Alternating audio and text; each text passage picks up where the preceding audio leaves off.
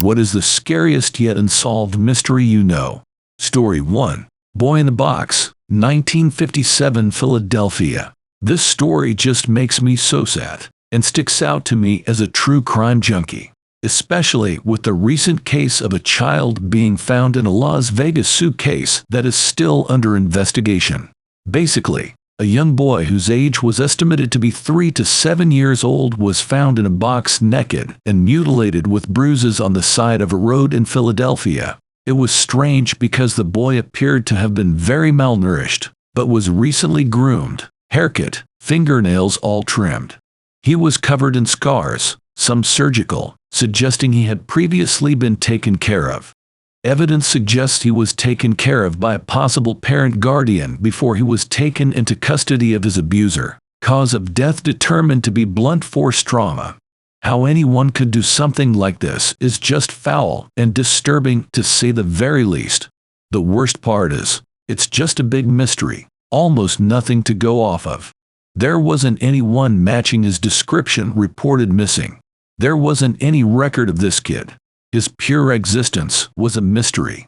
Nothing came of the case, even all these years later.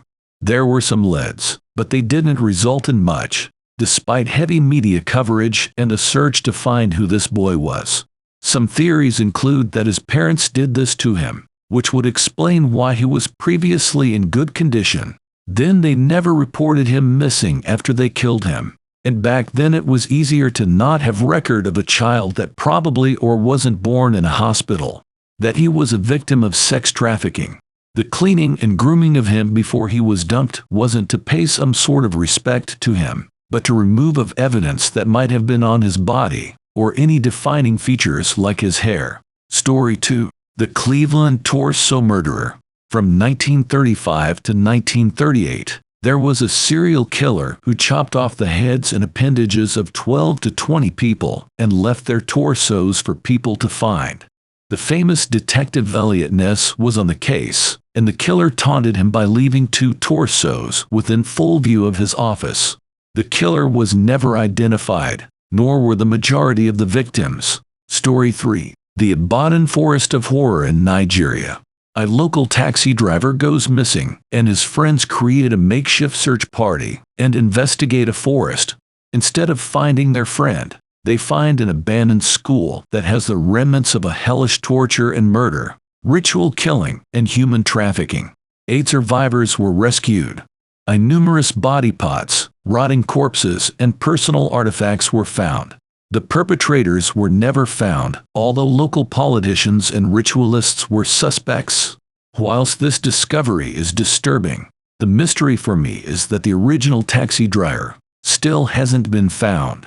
I remember watching the Unsolved Mysteries episode about a person in 1977 who would send creepy anonymous letters to random folks in a small town. Actually threatening ones, too. The senders started by mailing up a woman and telling her, if I remember right, that they knew she was cheating on her husband with a superintendent, omitting she vehemently denied. Then they threatened her husband by saying he'd be in danger if he did not stop the affair. The couple decided to take it upon themselves to hunt the sender down. That ended with the husband dead in his crashed pickup truck. The sender kicked the wife while she was down by leaving threatening signs along her bus route, at least one of which had an actual booby trap on ID. They found and arrested a suspect, but it's still unknown today if he's the actual sender. He denies it. The idea that somebody has been quietly studying your life just so they could begin to anonymously blackmail you, or make up a rumor to blackmail you with, is pretty damn scary. Story 4. The Disappearance of Zeb Quinn. He was 18 years old when he went missing in 2000.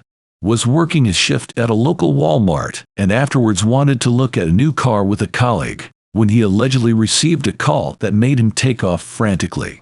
After that he was never seen again. The strangest thing is that a few days later his car was found in a parking lot, with the headlights turned on, a pair of lips, and an exclamation mark drawn on the back window in pink lipstick, and a live Labrador puppy sitting inside. In 2017 the colleague was arrested for his murder, but all the strange details still make no sense at all. Story 5. Las Cruces Bowling Alley Massacre. In February 1990, in Las Cruces, New Mexico, 2 intruders entered the bowling alley through an unlocked door before opening time.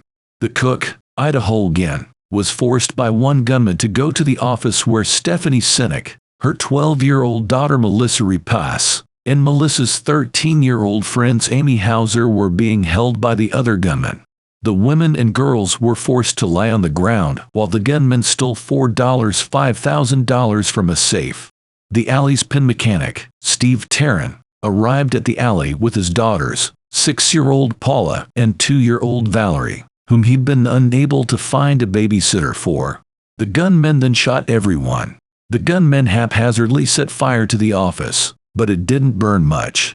After they left, 12-year-old Melissa was able to call the police despite being shot 5 times. She and the cook would survive their wounds. Melissa's mother, Stephanie Sinek, would initially survive, but would succumb to complications 9 years later. 2-year-old Valerie would survive long enough to be taken to the hospital, but died there. The gunmen have never been identified. After the incident, Stephanie Sinek's father, Ronald Sinek, who I believe owned the bowling alley and was out of state at the time of the killings, didn't cooperate with authorities. Some believe that the killings might have been a targeted hit in retaliation against Ronald for something he did. Story 6. One case that baffles and fascinates me is that of the Erickson sisters. They are said to have suffered from a shared psychosis known as folie à deux. But what the heck is that and what caused it? They're the 40-year-old twin sisters from Sweden, who became front-page news in the UK in 2008 when they repeatedly ran into traffic on the M6 motorway. A day or two later, one of them, Sabina, stabbed a man to death in his home for no apparent reason. She fled the house, striking herself on the head with a hammer as she ran into a highway bridge. She jumped off, falling 12 meters and landing on a highway. She survived, with several fractures. I've heard the audio from a TV news crew who happened to capture part of the M6 incident, and just can't forget one of them yelling at her sister about how they'll steal your organs. Whatever happened to them was intense, sudden, and largely unprecedented. Story 7. In 1969, a student was killed in the stacks of the library at my old college, and was found with a singular stab wound on her chest. It wasn't even late or anything, and while there were many suspects, no one was ever arrested for it. It's insane how someone could kill a person in broad daylight at a major university and get away with it. It's not really anything super crazy. It's just weird to me personally because I would always study there and I didn't find out about it until after I graduated. Story 8. The case of Adam immediately came to mind. An identified male child whose torso was discovered in the River Thames in London, United Kingdom, on the 21st of September 2001. Dubbed Adam by police officers, the unidentified remains belonged to a black male, around 4 to 8 years old, who had been wearing orange girls' shorts. The post-mortem showed that Adam had been poisoned, his throat had been slit to drain the blood from his body, and his head and limbs had been expertly removed. Investigators believe the child was likely from southwestern Nigeria, and that several days before his murder, he was trafficked to the United Kingdom for a moody ritual sacrifice. To date, nobody has been charged with Adam's murder, and his true identity remains unknown. Story 9. The disappearance of Lars Midt, a German man who went on vacation in Bulgaria in 2014. He was last seen at the airport, where he was brought into a private room by airport security after his mother had called telling them her son was behaving strangely, saying there were people after him over the phone the night before. A few minutes later, he's seen bolting, and I mean full-on sprinting out of the room without his luggage. He ran out of the airport, scaled the huge fences around the perimeter and was never seen again. Hundreds of witnesses, CCTV footage, and a police presence, and the man still basically disappeared off the face of the earth in broad daylight.